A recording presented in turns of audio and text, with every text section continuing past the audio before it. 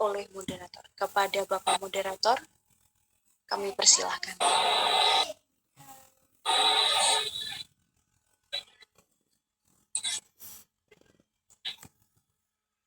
Ya, Assalamualaikum warahmatullahi wabarakatuh.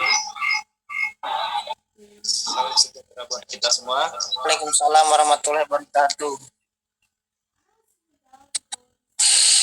Yang terhormat dan saya banggakan narasumber yang telah hadir bersama kita saat ini. Mohon maaf Bapak. Mungkin ya, suaranya agak bergema. Sugiarto, SH, MH, waktu dan layak saya persilakan. Baik, bisa dimulai Pak Moderator ya.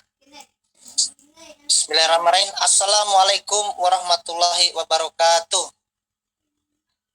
Puji syukur kehadirat Allah Subhanahu wa taala yang telah memberikan satu kenikmatan, yaitu nikmat kesehatan ya, sehingga kita bisa melaksanakan, khususnya yang umat muslim, yaitu melaksanakan ibadah Ramadan.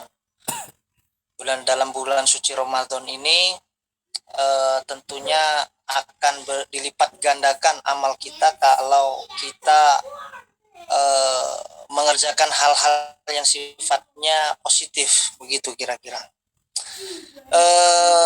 Yang saya hormati panitia, dalam hal ini moderator, dan juga Bapak Jamil ya sebagai moderator, dan juga yang saya hormati pembawa acara yang menyelenggarakan acara ini, khususnya dalam kegiatan pelatihan webinar ini yang diselenggarakan oleh Beranda Hukum.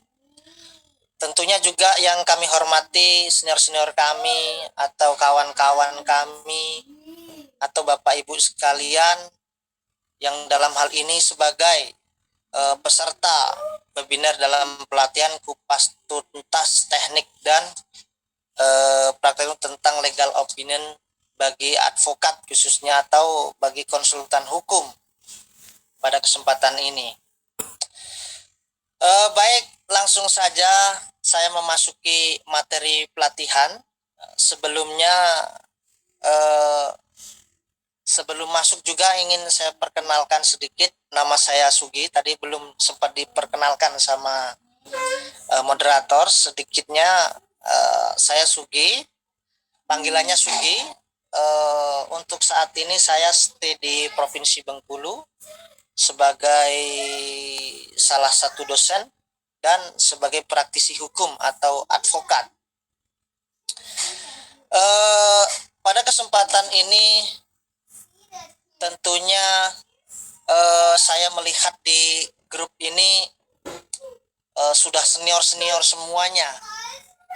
Barangkali kita lebih sharing dan belajar sama-sama lah dalam pelatihan ini. Kita berlatih sama-sama untuk supaya kemudian kita memantapkan diri kita, meyakinkan diri kita, dan mengasah kembali pikiran kita, membuka kembali buku-buku kita yang mana berkaitan dengan materi yang namanya legal opini ini. Karena siapa saja kalau kemudian kita tidak membuka atau kemudian tidak lama diskusi, itu bisa jadi tumpul kemudian ini kita ya. Mungkin kalau saya biasa begitu ya, tapi kalau kita rajin mengasah ya kan, kita rajin kemudian melakukan diskusi, saya pikir itu akan menajamkan wawasan intelektualan kita, khususnya dalam hal ini di bidang hukum. Nah, baik Bapak Ibu sekalian yang saya hormati, bahwa dalam kesempatan pelatihan ini saya menggunakan dua metodologi. Yang pertama, metodologi pertama saya akan menyampaikan yaitu materi yang berkaitan dengan legal opini secara pengertian dan fungsinya sampai dengan cara-caranya. Itu yang pertama. Yang kedua, juga kita akan mempraktekkan satu bentuk draft legal opini itu sendiri seperti apa. Nah, jadi dua klaster ya. Nah, dalam kesempatan ini klaster pertama adalah kita bicara tentang materi dan apa sih sebetulnya legal opini itu sendiri. Baik Bapak Ibu sekalian, pertama saya akan bicara tentang dasar dulu. Jangan sampai kita itu harus mengetahui dulu legal opinion itu apa. Jadi jangan sampai kita banyak panjang kali lebar tapi kita tidak mengenal apa legal opini. Jadi jelas di dalam nanti silahkan dibagikan ke kawan-kawan beranda hukum materi yang sudah saya tulis berkaitan dengan materi ini ya. Pertama bicara tentang legal opini secara artinya itu terdiri dari dua kata.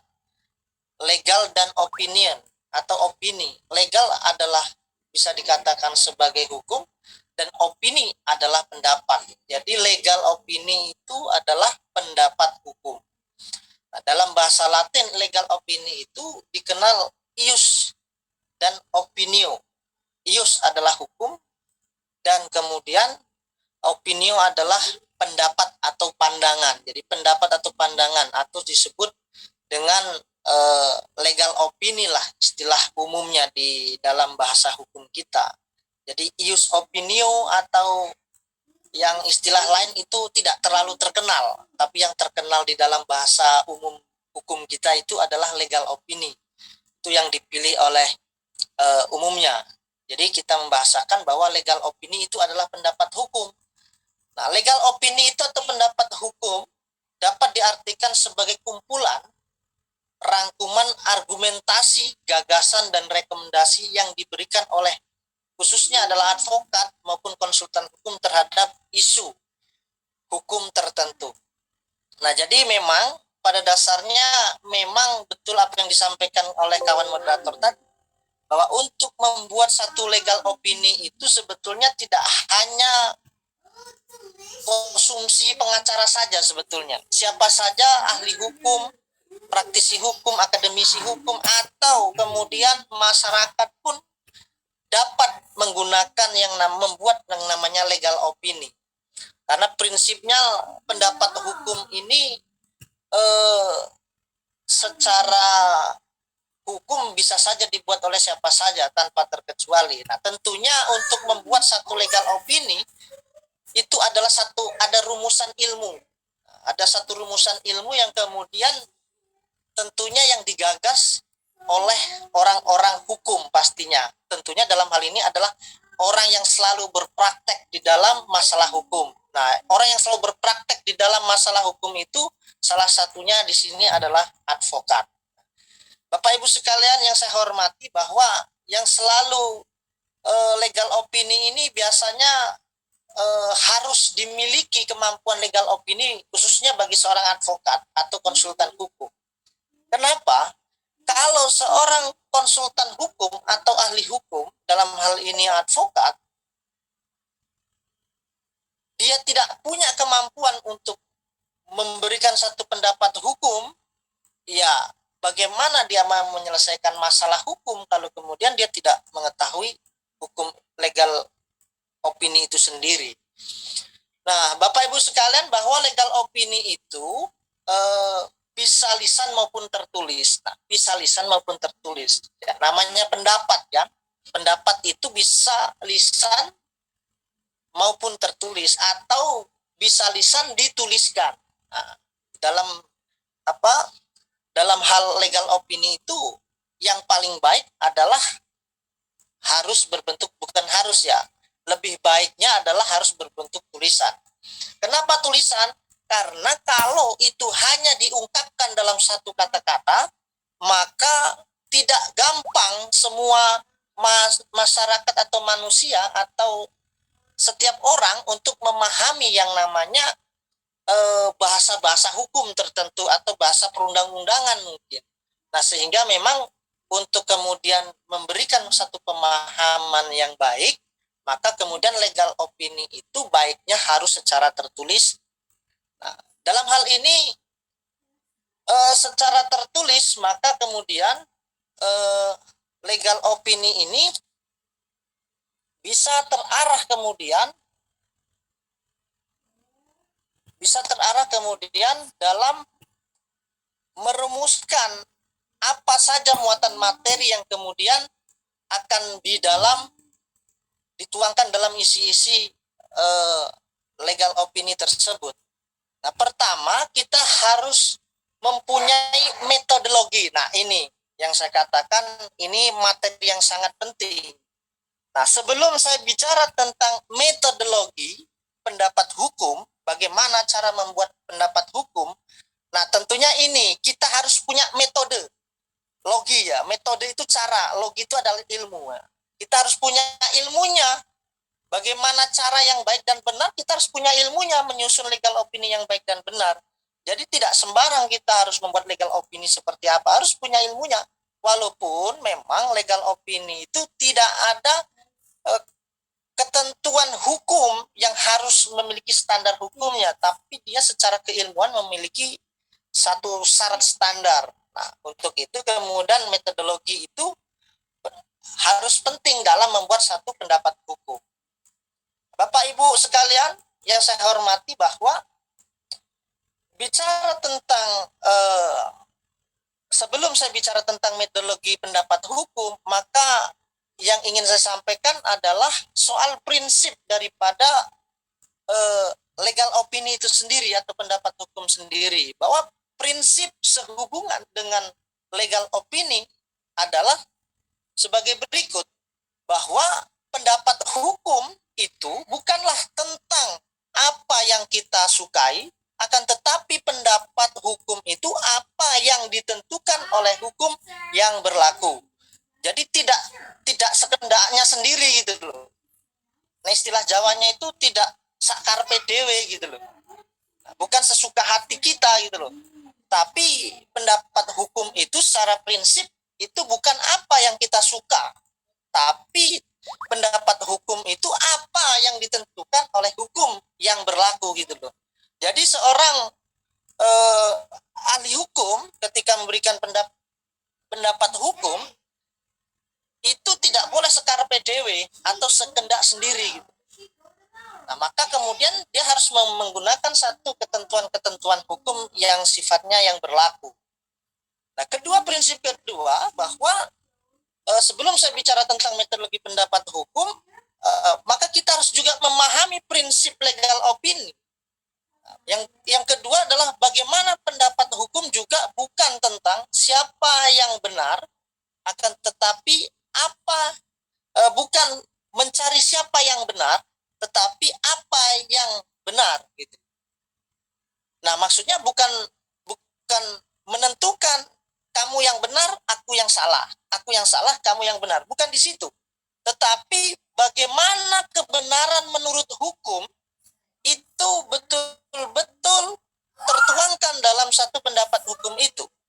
Jadi mau suka atau tidak suka, bahwa Bapak Ibu sekalian, semisalkan ketika kita memberikan pendapat hukum, kamu ini posisi alat buktimu itu lemah. Nah, begitulah kalau semisalkan ada orang datang ke pengacara, konsultasilah masalahnya, semisalkan, Pak, saya ini tanah saya diserobot, semisalkan. Atau Pak, saya ini punya warisan.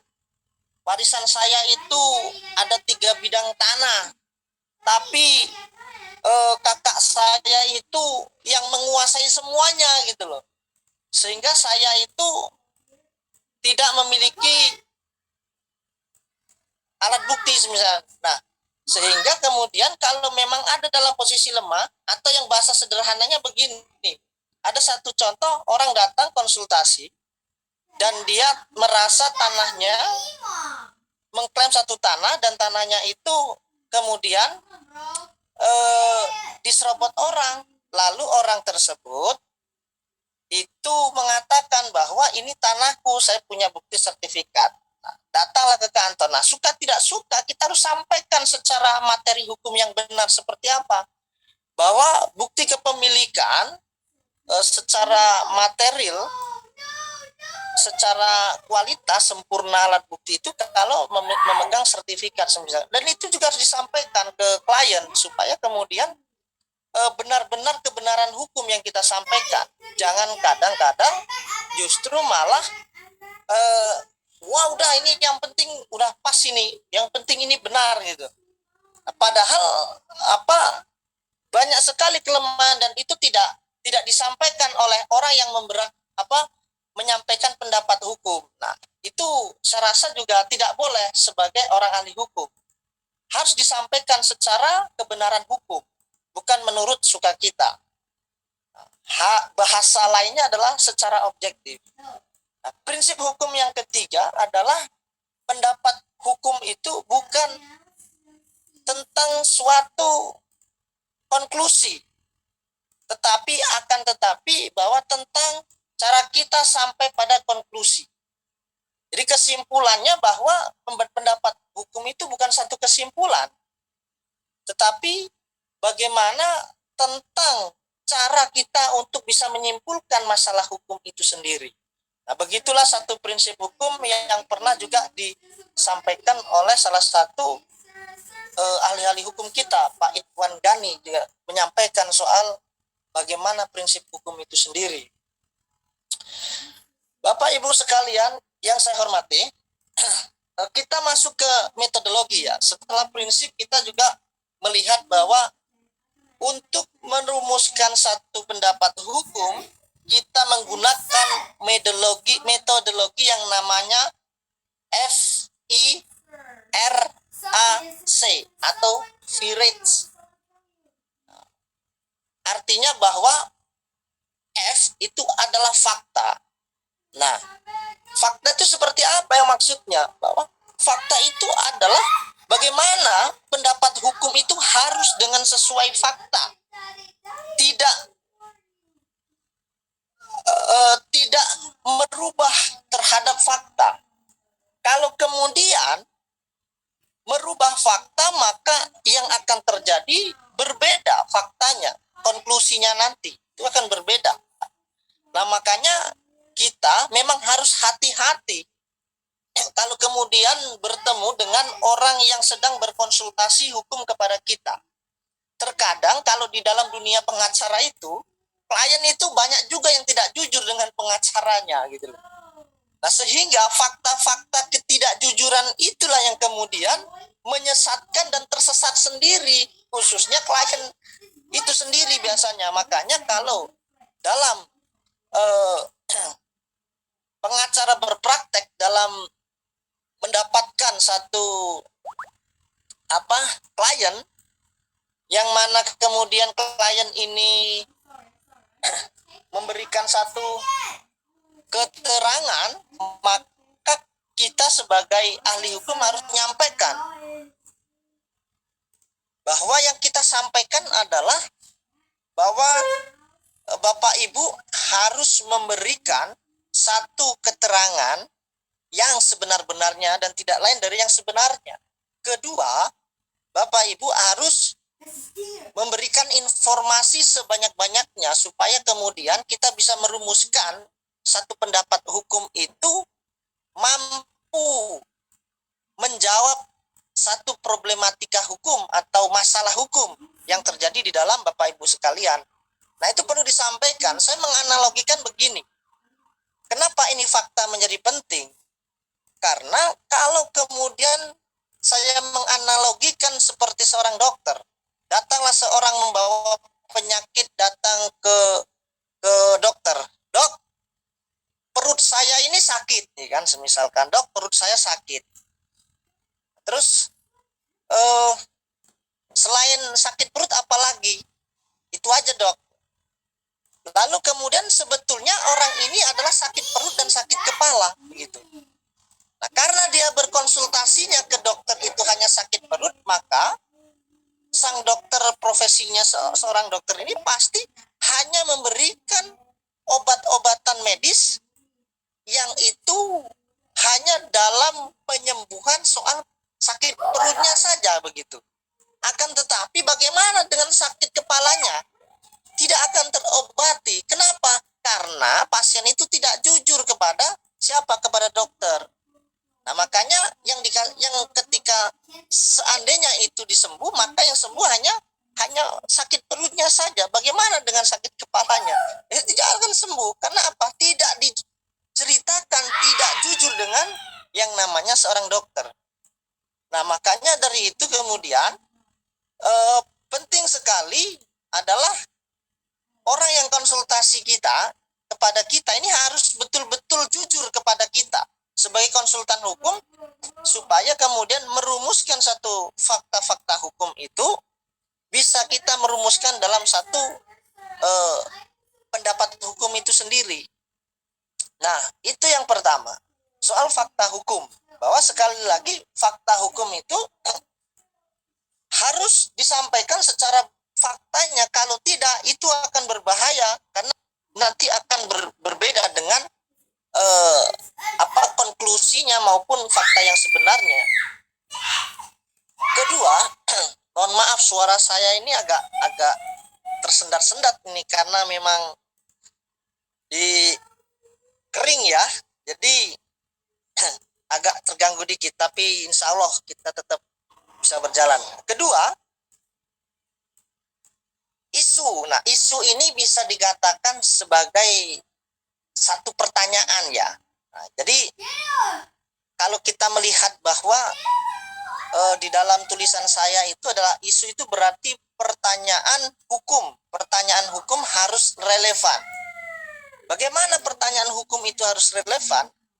Ya maksudnya apa yang kemudian ditanya dan apa yang kemudian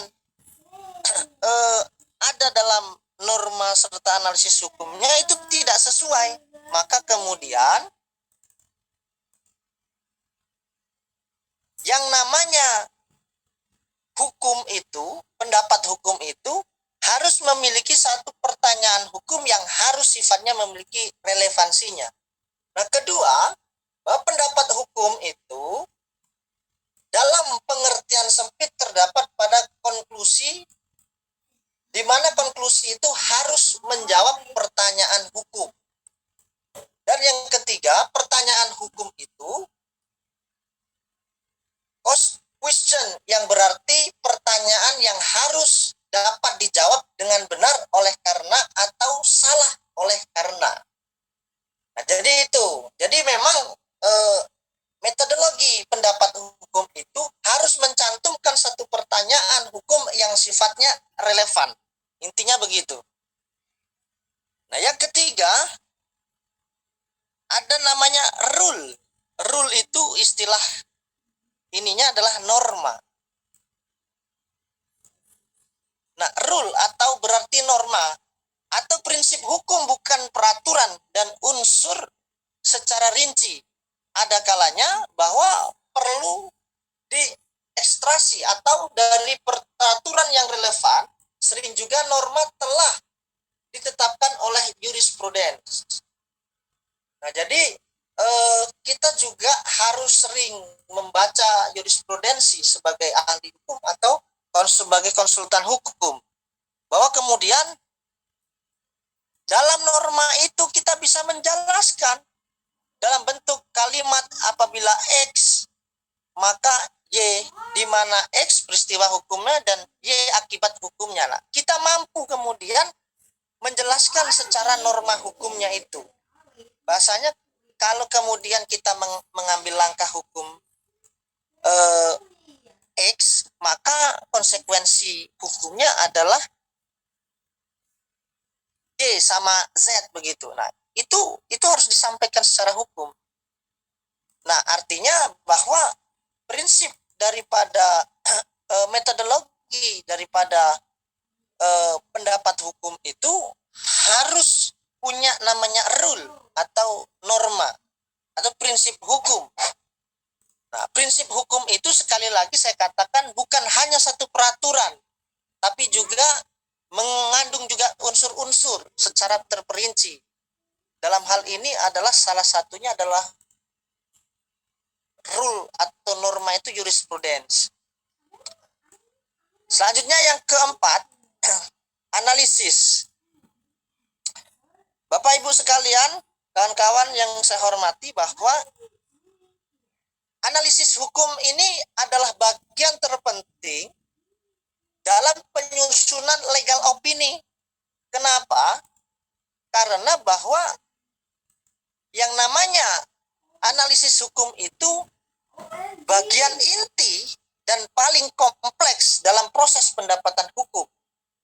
Kita perlu mengingat bahwa pada umumnya mencari apa yang benar, the truth, dan bahwa kebenaran hukum relatif dan diperoleh melalui logika hukum atau penalaran hukum.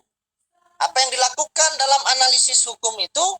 Yang dilakukan dalam analisis hukum itu adalah menerapkan satu peraturan yang relevan, dan peraturan di sini berarti peraturan yang relevan dan unsur-unsurnya secara rinci. Jadi kalau kita menganalisis satu masalah hukum yang dituangkan dalam pendapat hukum, maka peraturan-peraturan itu harus terkait atau relevan, harus nyambung dengan yang namanya fakta, dengan yang namanya pertanyaan, dengan yang namanya rule. Nah, itu harus nyambung. Kalau tidak nyambung itu tidak karu-karuan itu. Metodologi yang seperti apa yang nanti kemudian harus dia mencapai pada titik konklusi satu pendapat hukum itu sendiri. Nah, Bapak Ibu sekalian, bahwa apa yang dilakukan dalam pembuatan analis pendapat hukum itu betul-betul harus memperhatikan terhadap yang namanya analisis hukum. Nah, dalam menganalisis itu yang paling penting adalah soal bicara tentang bagaimana kita bisa mencari apa yang disebut dengan kebenaran hukum, dan bagaimana kemudian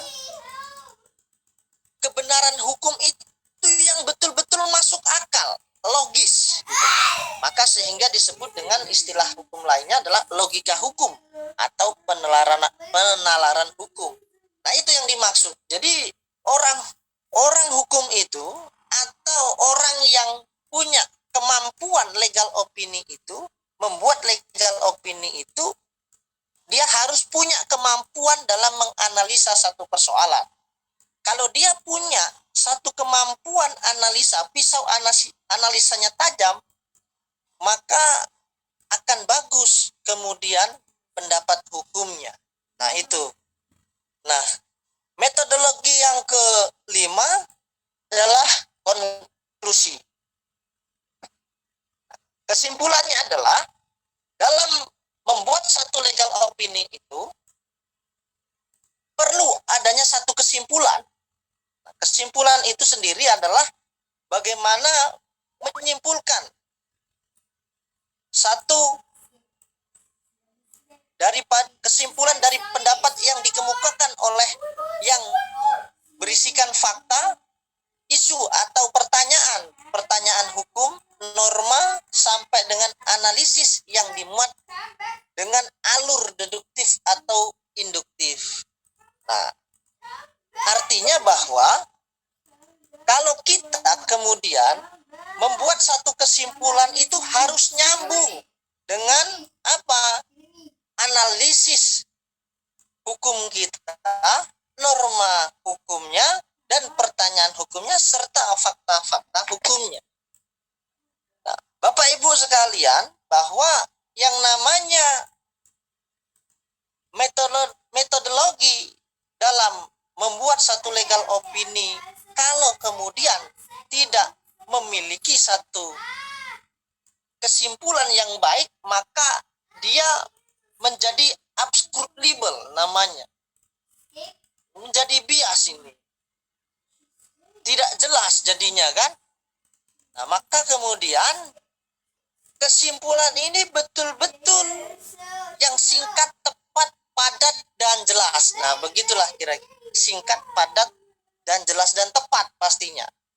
Nah, sehingga kemudian memang seperti yang saya katakan bahwa pendapat hukum itu bukan satu konklusi, tetapi bagaimana cara kita bisa sampai pada konklusi, cara kita.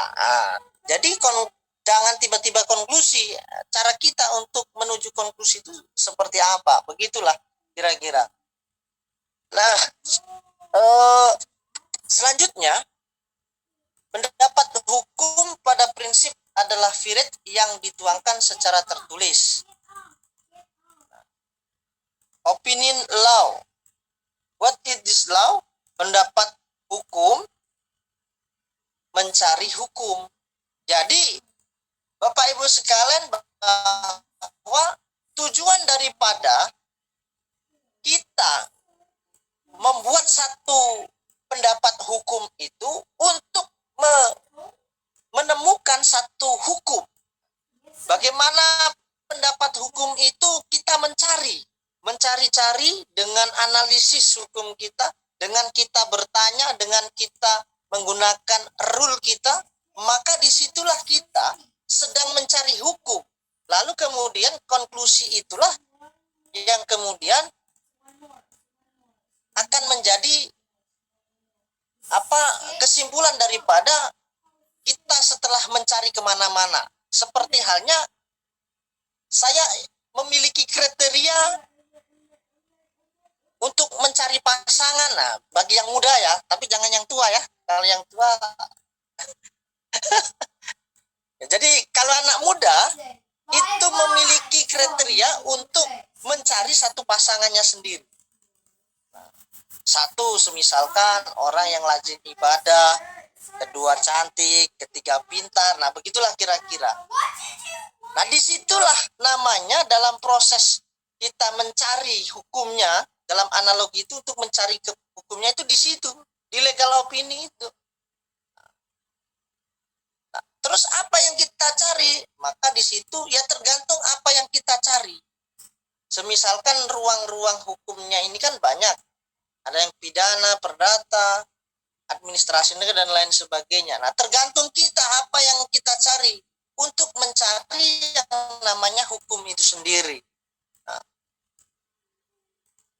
jadi, Bapak Ibu sekalian, itulah yang kemudian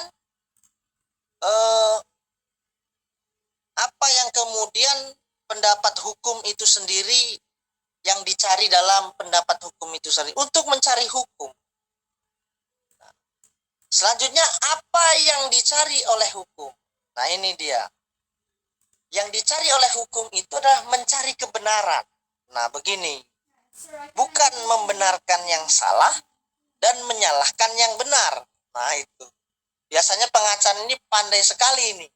Merangkai satu kata-kata yang benar jadi salah. Nah, itu selalu menjadi asumsi begitu ya. Saya nggak tahu ini asumsi atau fakta ya. Tapi memang selalu begitu, bahwa tapi secara teoritis bahwa dalam metodologi kita, apa yang dicari oleh hukum dalam pendapat hukum itu sendiri adalah hukum itu mencari kebenaran, truth. Kebenaran apa yang dimaksud? Kebenaran, kita cari kebenaran berarti kita cari apa yang benar dan membantah apa yang salah dengan argumen yang berbasis apabila X maka Y. Nah, artinya apa?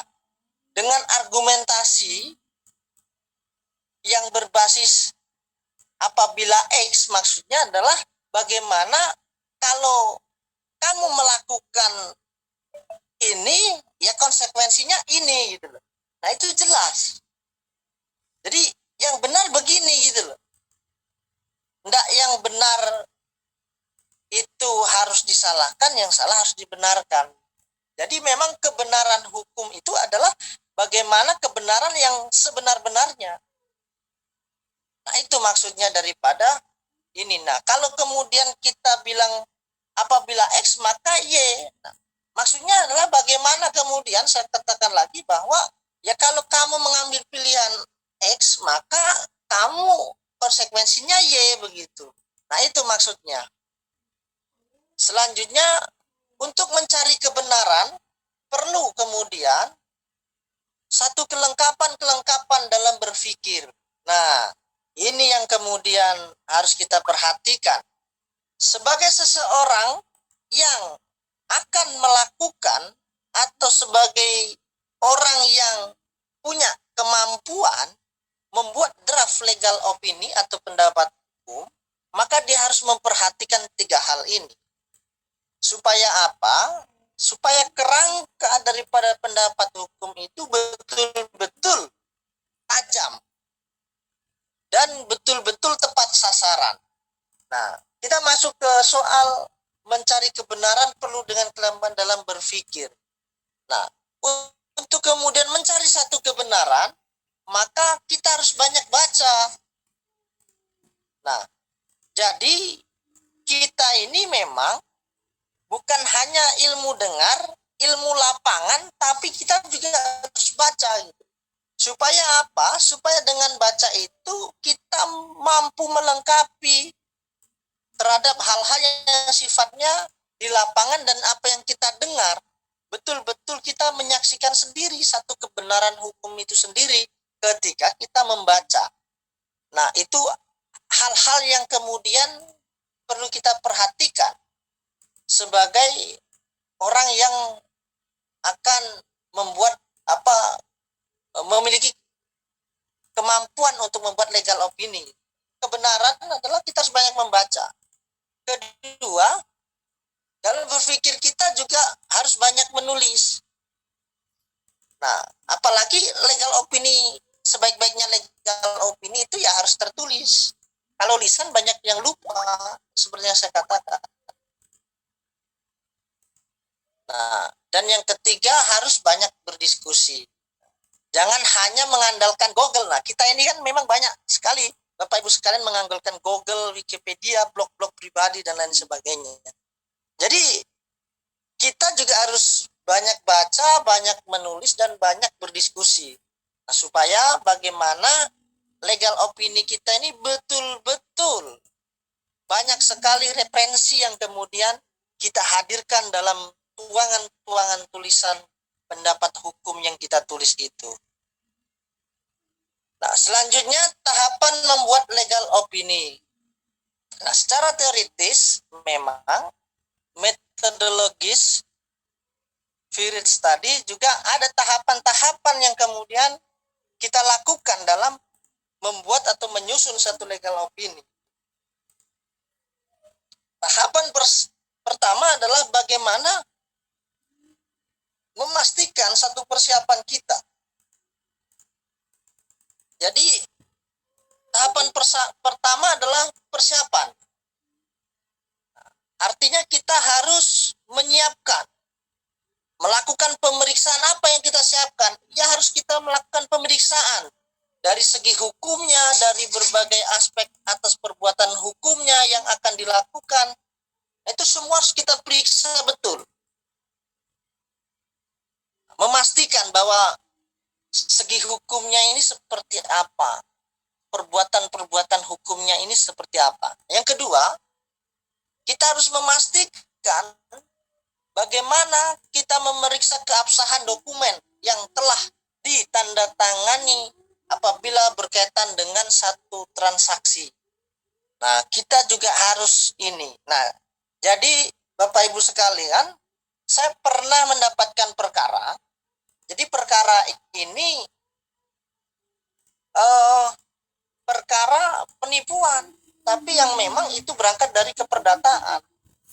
Jadi bagaimana mereka sepakat hutang piutang, ya kan begitu.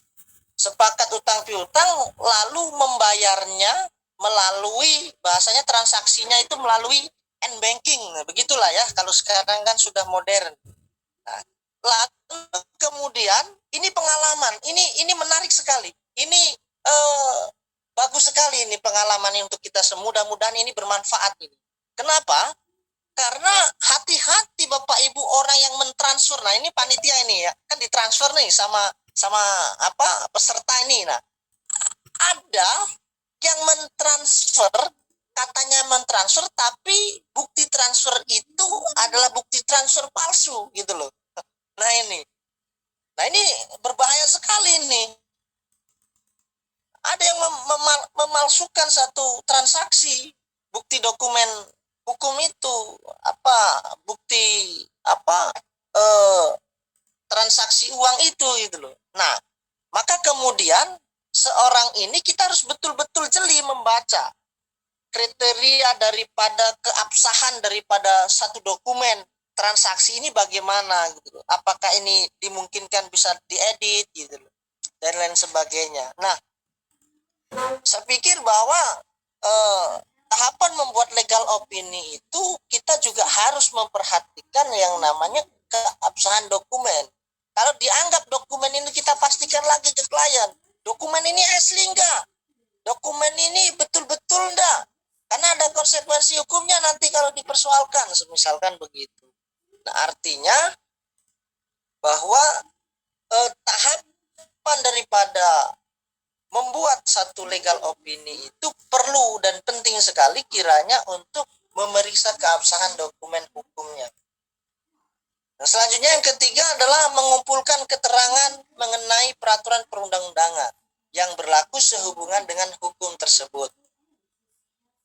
Bapak Ibu yang dihormati, yang kami hormati, bahwa mengumpulkan satu keterangan mengenai peraturan perundang-undangan yang tentunya ini ada korelasinya atau relevansinya dengan satu perbuatan-perbuatan hukum atau masalah hukum yang sedang orang yang datang kepada kita itu.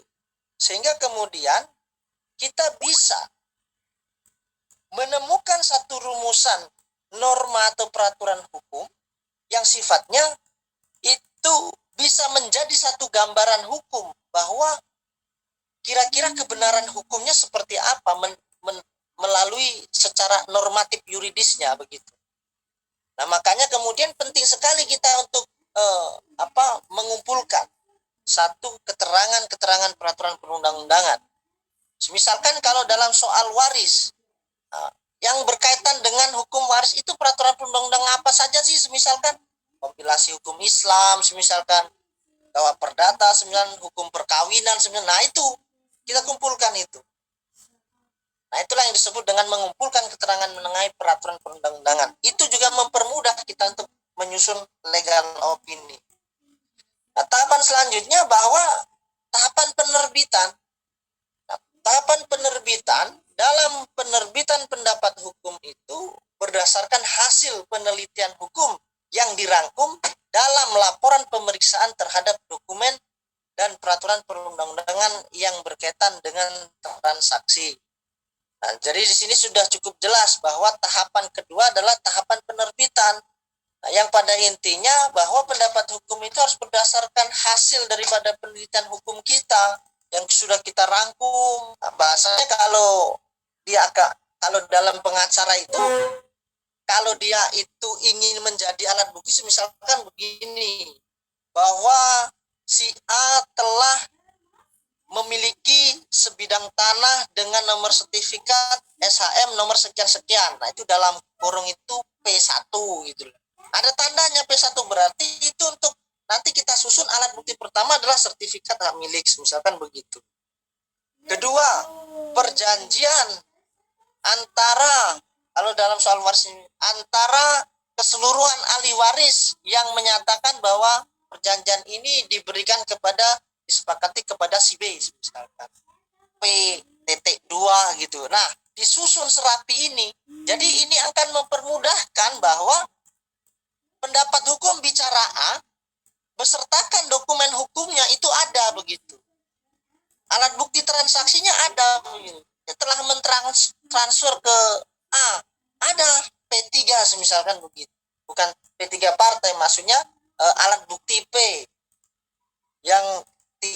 Nah, misalkan begitu cara menyusun daripada legal opinion. Itu untuk mempermudah nanti kalau pendapat hukum itu diarahkan kepada level yang agak lebih ke non litigasi misalkan. Nah, Bapak Ibu sekalian, selanjutnya bahwa materi legal opini ini yang juga penting muatannya, dia tentang kronologis.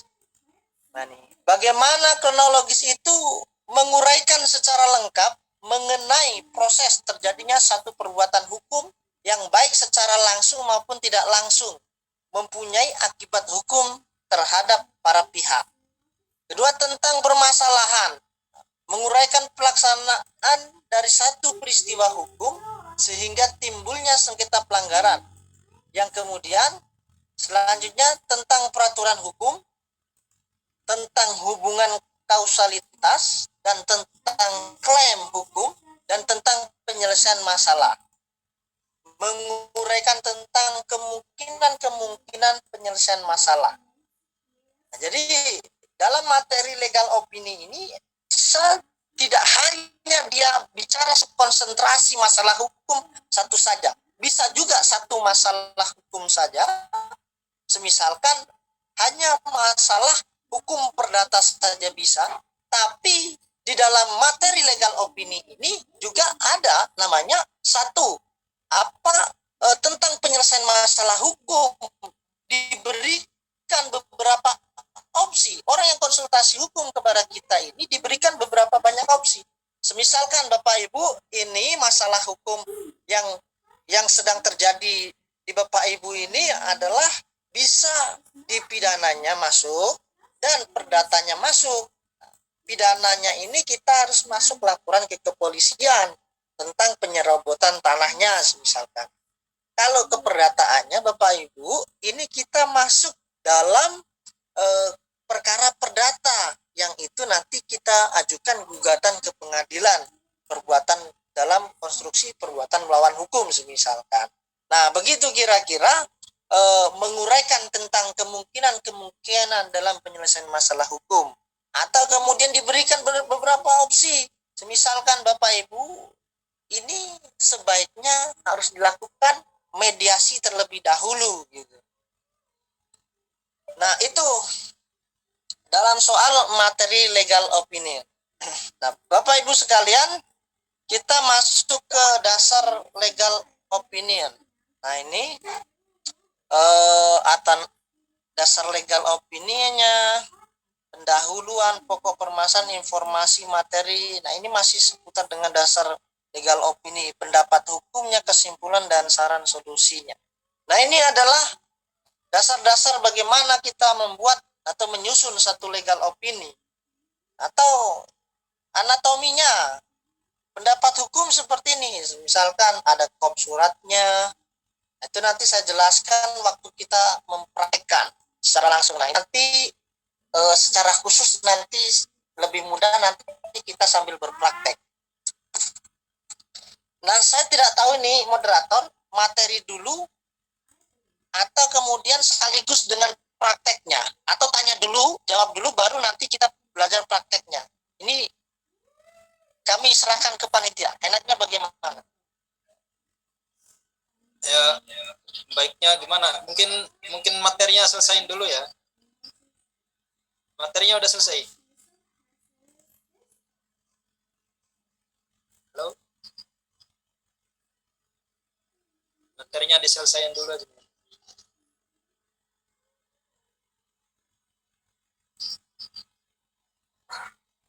Atau mungkin sebelum praktek kita buka sesi pertanyaan dulu.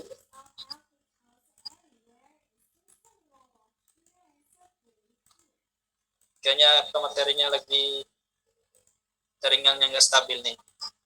Sambil menunggu ke materi. Nanti kalau ada peserta yang ingin melakukan pertanyaan langsung, bisa menyalakan tombol raise hand-nya agar nanti bisa terlihat muncul di atasnya. Set.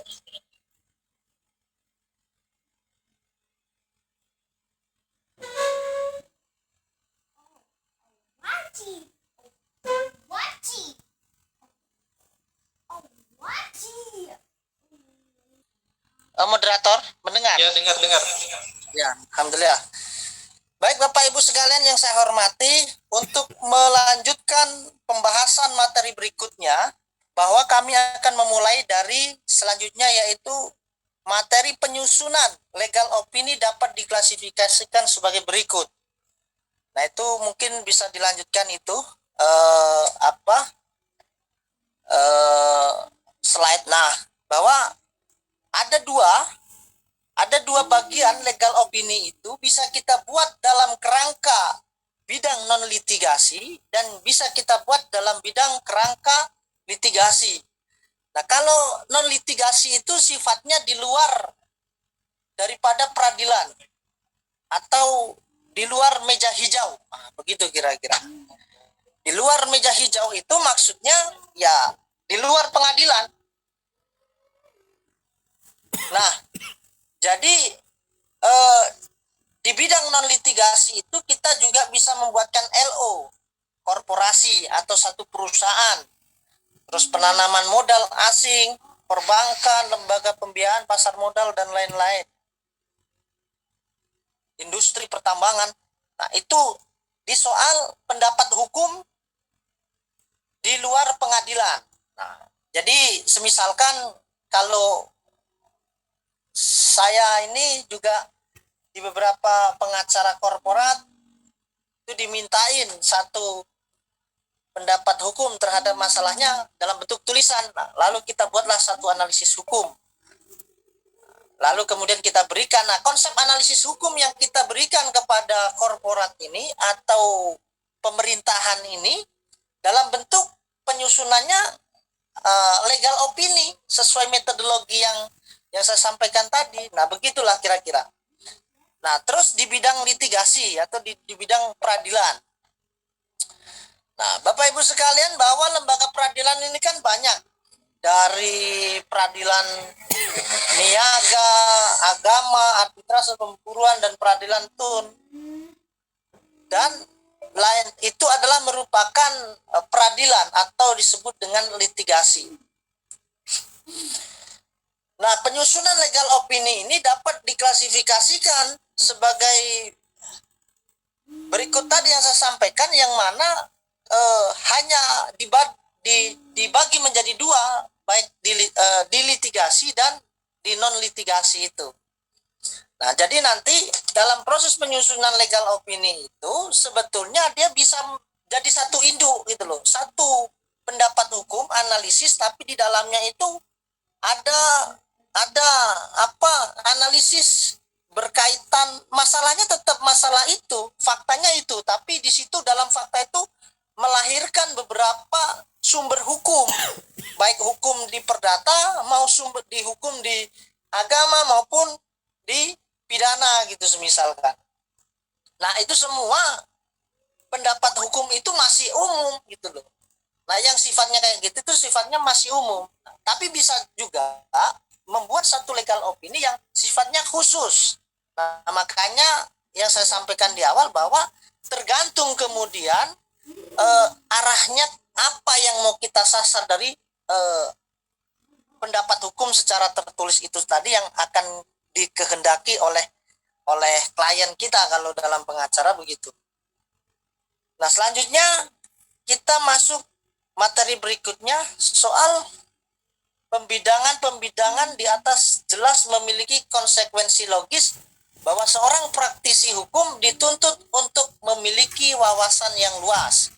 Wawasan yang dimaksud adalah wawasan yang tidak terbatas pada bidang sosial, melainkan juga pada bidang-bidang eksak lainnya. Kemampuan seseorang praktisi hukum terdapat satu bidang tertentu lazimnya berdasarkan intuisi ataupun minat dari diri sendiri yang bersangkutan, yang kemudian oleh pihak manajemen kantor hukum disikapi sebagai satu potensi yang memiliki oleh seorang praktisi hukum dalam rangka memenuhi kebutuhan para kliennya. Nah, jadi memang dalam konteks pembuatan hukum itu kita memang harus menguasai banyak wawasan yang pada intinya wawasan yang cukup luas, tidak hanya mengetahui wawasan hukum saja, tapi kita harus mengetahui wawasan hukum lainnya. Kenapa? Karena dalam kita membuat LO itu nanti banyak hal yang kemudian harus tertuang dalam satu rangkaian tulisan tersebut sehingga memang betul-betul legal opini itu memiliki satu kualitas yang betul-betul sempurna secara mengikuti metodologi yang saya sampaikan tadi, sehingga memberikan satu jawaban untuk memenuhi satu kebutuhan daripada klien kita. Nah, itu kan pengacara. Maka awalnya itu biasa-biasa saja, datang itu sedih, makan aja tidak mau kalau di dalam ruangan kita berikan dan pendapat hukum dan kita sampaikan, bisa makan lagi misalkan. Agak plong, agak punya optimis dan lain sebagainya. Nah, itu adalah bentuk rasa satu kepuasan daripada klien kita dalam ini. Nah, akan tetapi bukan itu yang menjadi tujuan ya. Saya tegaskan bukan itu yang menjadi tujuan. Tetapi tujuannya ini adalah kita tetap menganut prinsip-prinsip daripada legal opini itu sendiri, yang saya katakan sekali lagi bahwa pendapat hukum itu bukan apa yang kita suka, akan tetapi pendapat itu yang ditentukan oleh kebenaran hukum itu sendiri, hukum yang berlaku itu sendiri gitu. Nah, jadi itu kawan-kawan semuanya, Bapak Ibu sekalian. Nah, kesimpulannya terhadap materi pelatihan legal opinion ini, dari sekian materi yang saya sampaikan tadi, saya menyimpulkan bahwa legal opini itu adalah sebagai pendapat atau pandangan hukum dari advokat atau konsultan hukum ya, berarti tidak hanya pengacara, orang ahli-ahli hukum pun dapat untuk membuat satu legal opini. Nah, konsultan hukum dapat diminta kapanpun selama di dalamnya terdapat masalah atau isu hukum atau peristiwa hukum tertentu. Nah, ini adalah satu materi session. Nah, pertanyaan saya kepada moderator, kita lanjutkan ke session praktiknya atau tanya jawab terlebih dahulu, atau sekalian nanti kita ngobrol ininya. Mungkin biar sekalian dulu aja ya, sekalian praktiknya. Baik. Biar, terima kasih. Biar nanti akhirnya moderator kita buka tanya jawab. Nah, materi yang selanjutnya ini, metodologi penyampaian dalam pelatihan ini ada 2 session. Sekali lagi saya ulangi, yang pertama adalah penyampaian materi tentang legal opini. Yang kedua ini kita mempraktikkan bagaimana legal opini itu dapat dituang dalam bentuk satu tulisan berdasarkan pendekatan metodologi-metodologi yang kemudian kita sampaikan pada kesempatan session pertama tadi. Nah, session kedua ini kita untuk melihatkan praktik bagaimana menyusun legal opini dengan cara metodologi-metodologi. Nah, yang saya kasih contoh ini adalah satu bentuk legal opini yang jangan hanya melihat isi detail-detailnya, tetapi poin-poinnya sebagai satu contoh bahwa paling tidak beginilah kita membuat satu legal opini. Nah, prakteknya inilah gitu. Nah, Bapak Ibu sekalian, bahwa nanti silahkan 2 materi ini untuk meminta kepada panitia, dan itu pasti dibagikan ke Bapak Ibu sekalian. Nah, inilah satu contoh. Nah, kita memulai dari praktik ya. Session kedua ini kita bicara tentang praktik. Bahwa legal opini itu sebaik-baiknya adalah secara tertulis, bukan hanya secara lisan. Nah, kita memulai secara tertulis. Nah, di situ ada kotak-kotak yang isinya ada 1, 2, 3, itu adalah poin. Poin di mana saya untuk mempermudah membuat satu poin, yang kemudian poin ini menjadi satu acuan kira-kira memenuhi standar tidak dalam kita menyusun legal opini itu sendiri. Nah, Bapak Ibu sekalian yang saya hormati, bahwa setidaknya untuk membuat satu legal opini itu saya merumuskan dengan 13 poin. yang setidaknya harus ada dalam pembuatan yang namanya legal opini. Berdasarkan teori-teori yang sudah kita pelajari tadi, setidaknya ada 13 poin yang menurut pandangan saya menjadi standar daripada penyusunan legal opini itu sendiri. Nah, sebetulnya mau 14, mau 12 itu tidak jadi masalah. Yang terpenting dia secara metodologi memenuhi syarat, begitu kira-kira. Nah, baik, kita akan bicara tentang poin pertama. Poin pertama itu supaya indah, terlihat cantik, terlihat bagus, maka legal opini kalau dibuat oleh pengacara, maka dia harus mencantum, bukan harus ya, sebaiknya adalah dia menggunakan kop surat. Nah, law office atau law firm, siapa, alamat di mana, dan lain sebagainya itu. Nah, kop itu satu, kop surat siapa yang membuat LO itu. Nah, lalu itu menerangkan bahwa itu adalah legal opinion. Kedua, diberikan tanggal. Misalkan Bengkulu 12 April 2022. Nah, ketiga, kepada, ini mau ditujukan ke siapa? Nah, kepada yang terhormat Ibu Tukiem, Jalan Hati Rindu nomor 42 Bengkulu misalkan. Nah, itu adalah kepada yang terhormatnya itu kepada orang yang kemudian meminta kepada kita untuk dibuatkan legal opini terhadap permasalahannya. Nah, itu poinnya. Poin yang ketiganya itu adalah kepada yang terhormat dan alamat daripada orang yang minta kepada kita untuk membuatkan atau dibuatkan yang namanya legal opini. Nah, ini yang saya buat ini cukup sederhana sekali. Ini hanya dalam satu perkara saja. Tapi juga bisa juga legal opini ini menyangkut banyak beberapa hal soal pendapat hukum yang itu bisa arah ke pidana maupun perdata. Nah, dalam contoh yang saya buat ini, hanya satu contoh yaitu yang sudah mengarah kepada konteks perkara perdata, dalam hal ini soal waris. Nah, ini hanya contoh saja. Untuk konteks masalah apa nanti Bapak Ibu sekalian bisa mengekspresikan atau mengimplementasikan terhadap masalah-masalah hukum yang mana orang datang ke Bapak Ibu sekalian. Nah, jadi paling tidak gambarannya seperti ini. Nah, yang keempat, poin keempat, setidaknya legal opini itu harus ada perihal. Nah, legal opini ini ada perihal apa gitu, yaitu disebutkan dalam hal ini penyampaian pendapat hukum terhadap kasus hak waris. Nah, begitu kira-kira.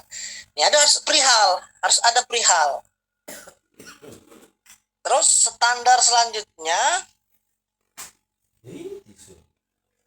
yang kelima. Nah, itu misalkan kalau dibuat oleh pengacara dengan hormat yang bertanda tangan di bawah ini, siapa nama kita? Kalau kemudian di situ pengacaranya 4 ya ditulis semua. 1A, 2B, 3C sampai 5 sekian. Nah, itu dituliskan. Nah, adalah advokat dan ini nah bla bla bla.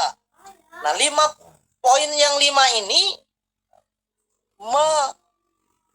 menjelaskan tentang siapa yang dikehendaki oleh Ibu Tukiem selaku orang yang meminta pendapat hukum itu untuk membuat satu pendapat hukum. Nah, disitulah dicantumkan poin 5 itu, yaitu adalah nama-nama pengacara. Bisa sendiri, bisa bersama-sama. Begitu. Sampai dengan nama kantornya, nama pengacaranya, sampai alamatnya, sampai nomor HP-nya gitu. Terus kemudian yang keenam, setidaknya sehubungan dengan permohonan tersebut ada bahasa begini mengenai pendapat hukum terhadap dugaan masalah hak waris berkaitan dengan adanya ahli waris mengajukan gugatan. Nah, ini semisalkan akan mengajukan gugatan gitu ya. Nah, yang ketujuh, ada fakta hukum. Nah, fakta hukum di sini yaitu contohnya dalam memberikan pendapat hukum ini kami memiliki pemahaman atas kasus ini sebagai berikut. Nah, di situ dijelaskan keterangan tentang kronologis perkara, bagan silsilah keluarga almarhum, permohonan pemblokiran tanah nomor 2 itu. Ada kronologis di situ, fakta hukum ya. Ada fakta hukum itu ada kronologis perkaranya seperti apa. Terus kemudian permohonan pemblokiran itu juga merupakan fakta hukum. Nah, yang dimiliki itu ada ABC itu. Terus kemudian yang ketiga ada bagan silsilah keluarga, karena ini di soal waris kan. Jadi ada bagan silsilah. Nah, itu adalah fakta-fakta hukum. 1, 2, 3, 4, 5. Ada 5 itu. Terus kutipan akta nikah orang tuanya daripada ahli waris yang ributkan itu semua. Dan juga ada surat keterangan kematian. Nah, itu adalah yang disebut dengan fakta hukum. Itu fakta hukum merupakan fakta dalam masalah ini yang tidak bisa dilepaskan dengan satu rangkaian daripada pendapat hukum. Dia harus tertulis supaya jelas fakta hukumnya. Dan kalau ini dibuat mengada-ngada seperti saya jelaskan di awal, bahwa yang namanya fakta itu dia harus yang sebenarnya. Kalau dia tidak memberikan satu keterangan fakta yang sebenarnya, akan berubah semua daripada pendapat-pendapat hukum lainnya itu.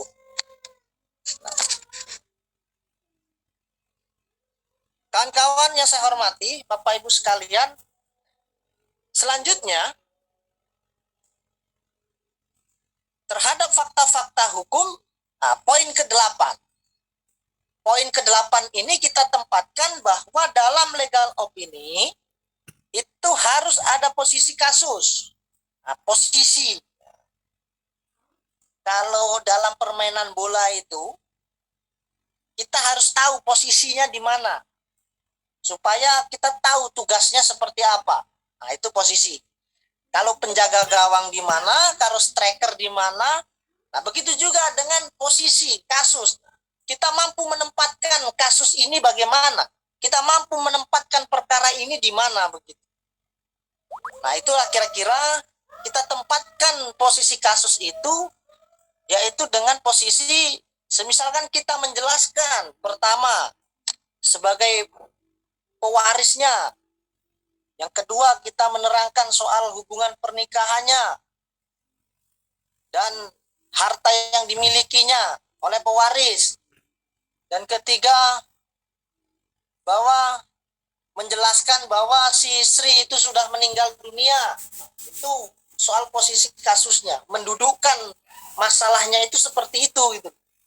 Setelah meninggal dunia, memiliki 3 anak. Nah, ahli warisnya 3.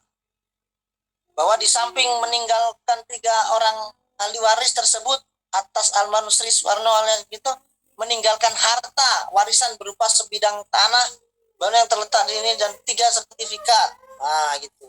Ini duduk permasalahannya. Dan setelah memiliki itu, bahwa selain harta warisan tersebut semasa hidupnya pada tahun 2014, almarhum itu pernah menghibahkan SHM tanah sawah di daerah yang dibagi sebagai berikut. Nah, ini soal posisi kasusnya ini. Tidak perlu kita membahas posisi kasusnya, tapi kira-kira poinnya begitulah penyusunannya. Satu peristiwa kronologis yang dirangkai dalam bentuk satu posisi perkaranya.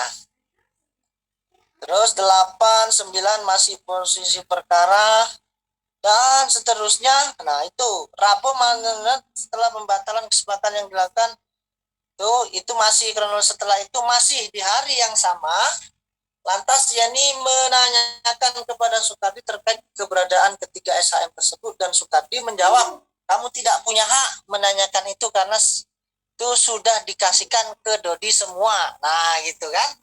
Seperti yang saya jelaskan tadi. Ada 3 ahli waris, tapi 1 orang ini yang menguasai terhadap waris yang diwariskan oleh orang tuanya. Insya Allah kita semua tidak tergolong orang-orang yang seperti itu ya, Bapak Ibu sekalian. Insya Allah kita bisa mencari rezeki daripada tidak dari harus seperti dalam materi ini ya. Baik Bapak Ibu sekalian, bahwa sampai poinnya 11 itu. Nah, kita lanjutkan.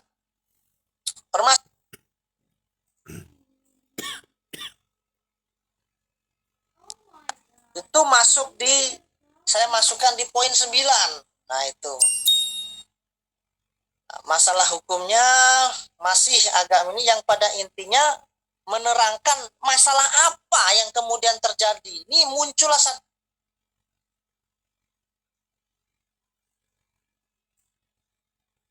atau pertanyaan hukum. Nah, kira-kira berkaitan nggak dengan fakta, kan? Kita menghubungkan fakta dan kemudian kita menghubungkan pertanyaan materi yang di awal kan enak dan mudah kita memahami setelah kita memahami teori secara teori, setelah itu kita berpraktek. Nah, disinilah permasalahan.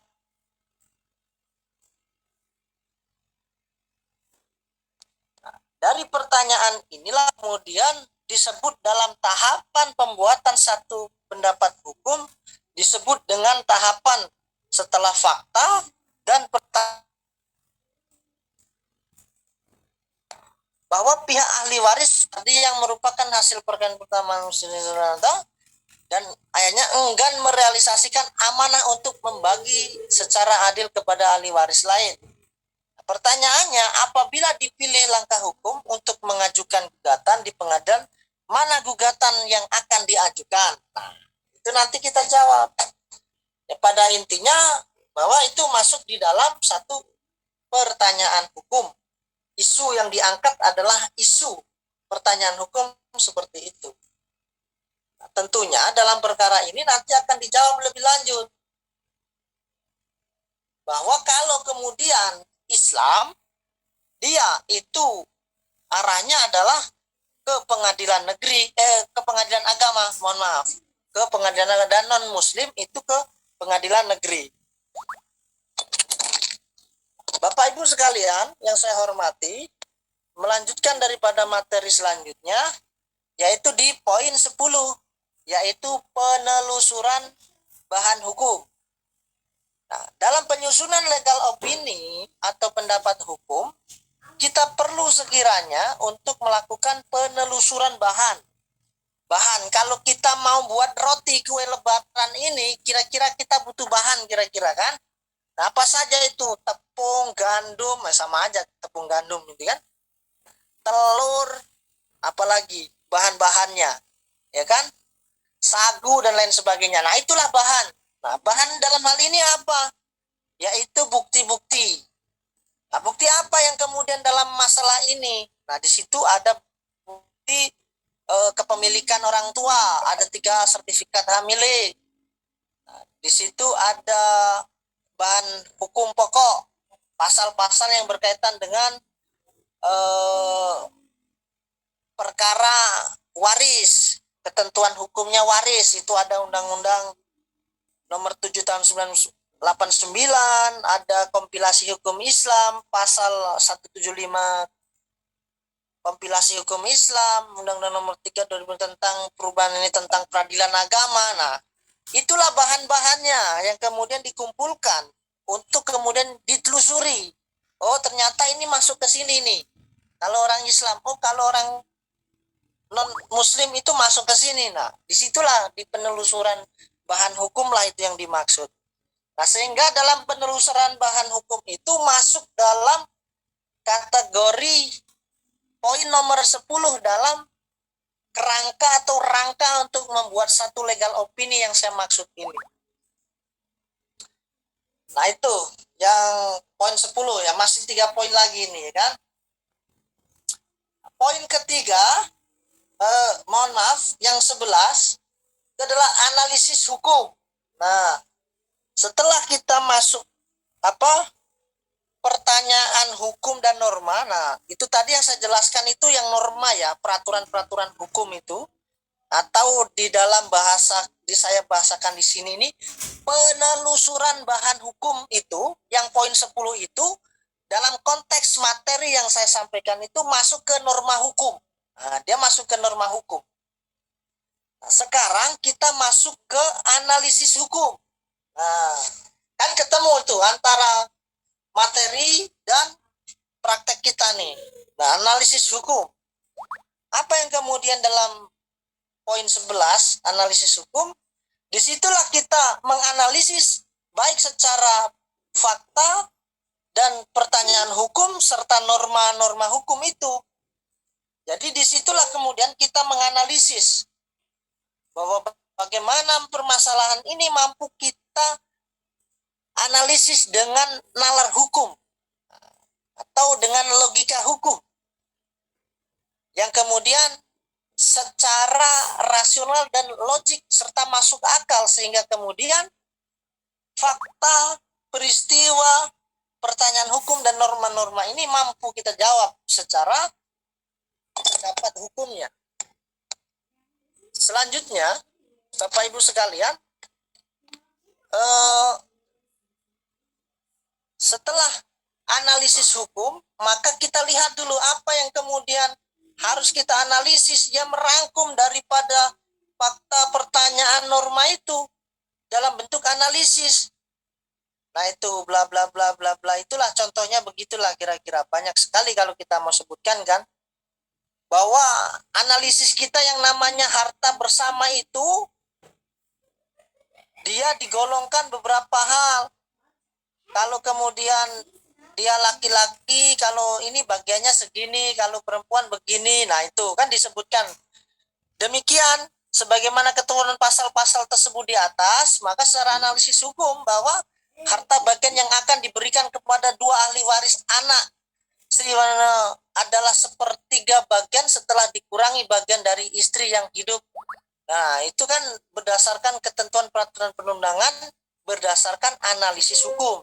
Jadi di sini saya tegaskan adalah analisis hukum, bukan analisis pikiran saja atau asumsi saja, tapi yang benar-benar berdasarkan hukum ya. Hukum itu artinya dengan berdasarkan nalar hukum dan logika hukum serta dasar hukum pastinya.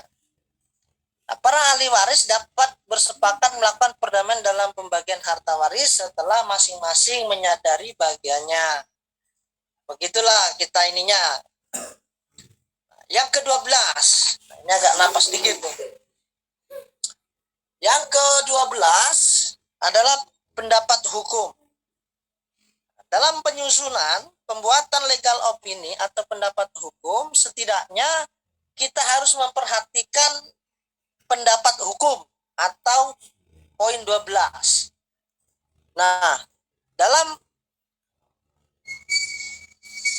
pendapat hukum sudah kita lihat. Terus selanjutnya, nah 13. Nah, begitulah nanti bisa kita pelajari. Nah, yang 13 itu sebetulnya yang 13 itu adalah rekomendasi ya. Bisa dia itu digabungkan ke poin 10 atau dia bisa dikasih judul konten sendiri. Nah, kayaknya kalau saya lebih seret dibuat konten sendiri. Namanya jujurnya rekomendasi itu. Jadi rekomendasi kami terhadap perkara ini adalah dengan mengajukan gugatan pembagian harta waris di pengadilan. Sebelum diajukan gugatan maka perlu dilengkapi identitas seluruh waris subjek untuk mengecek berapa besarnya biaya perkara dan lain sebagainya itu. Bla bla bla, beserta dokumen pendukung dalam gugatan ini agar gugatan tidak kabur atau obscure libel. Nah, itulah poin-poin. Nah, yang kelima itu ke-13 itu rekomendasi. Nah, poin rekomendasi itu adalah kita punya saran dan masukan yang sifatnya itu lebih tegas dan dalam lagi terhadap masalahmu, kalau mau selesai begini itu disebut dengan rekomendasi. Jadi dalam rekomendasi itu kita sudah memunculkan langkah upaya hukum apa yang kemudian akan ditempuh secara hukum terhadap permasalahan ini agar masalah saya ini selesai. Nah, begitulah kira-kira. Dan apa saja yang harus saya lengkapi supaya gugatan atau masalah hukum itu tidak dikatakan sebagai absurd libel atau kabur. Nah, terus setelah itu demikian legal opini ini saya buat untuk dipergunakan sebagaimana mestinya. Apabila ada pertanyaan lebih lanjut silakan menghubungi kami, hormat kami konsultan hukum Advokat Sugiarto SHMH. Nah, begitulah Bapak Ibu sekalian, agak lama dan memang lama, tetapi semoga bermanfaat ya bagi kita semuanya, bagi orang hukum khususnya, orang-orang baik mahasiswa hukum maupun praktisi hukum ataupun akademisi hukum atau konsultan hukum atau lebih-lebih seorang pengacara, dia harus paham dan harus mengetahui dan harus memahami bagaimana cara membuat legal opini baik secara teori, metodologi, dan secara praktiknya, agar kemudian memastikan bahwa siapa saja yang datang kepada kita untuk memberikan pendapat hukumnya jelas-jelas betul-betul berkualitas dan memberikan satu jawaban yang solusi dan solutif terhadap permasalahan hukumnya. Jangan sampai seperti yang saya katakan bahwa seorang dokter, ada pasien yang mengeluhkan sakit perut hanya diberikan obat sakit perut, dan sementara dia punya masalah penyakit lain, sakit kepala, dan tentunya sakit kepala pun juga tidak akan sembuh karena yang diobati hanya sakit perut. Nah, sehingga memang dalam penyusunan legal opini ini perlu kemudian semua masalah harus tertuangkan dan sampai memberikan solusi yang tepat kepada seseorang yang sedang menghadapi masalah hukum. Nah, lebih kurangnya saya mohon maaf dan saya kembalikan ke moderator. Kepada Bapak Jamil kami persilakan.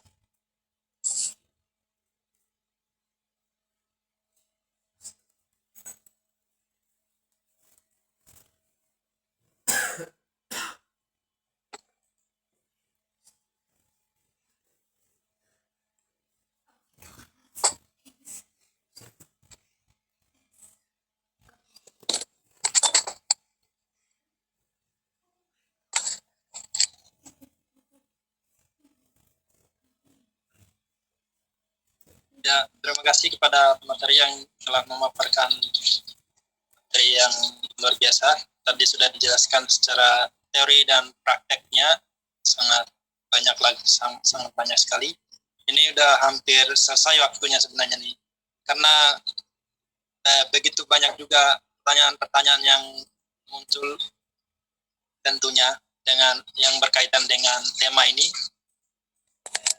agar bisa diprioritaskan untuk pertanyaan-pertanyaan yang masuk.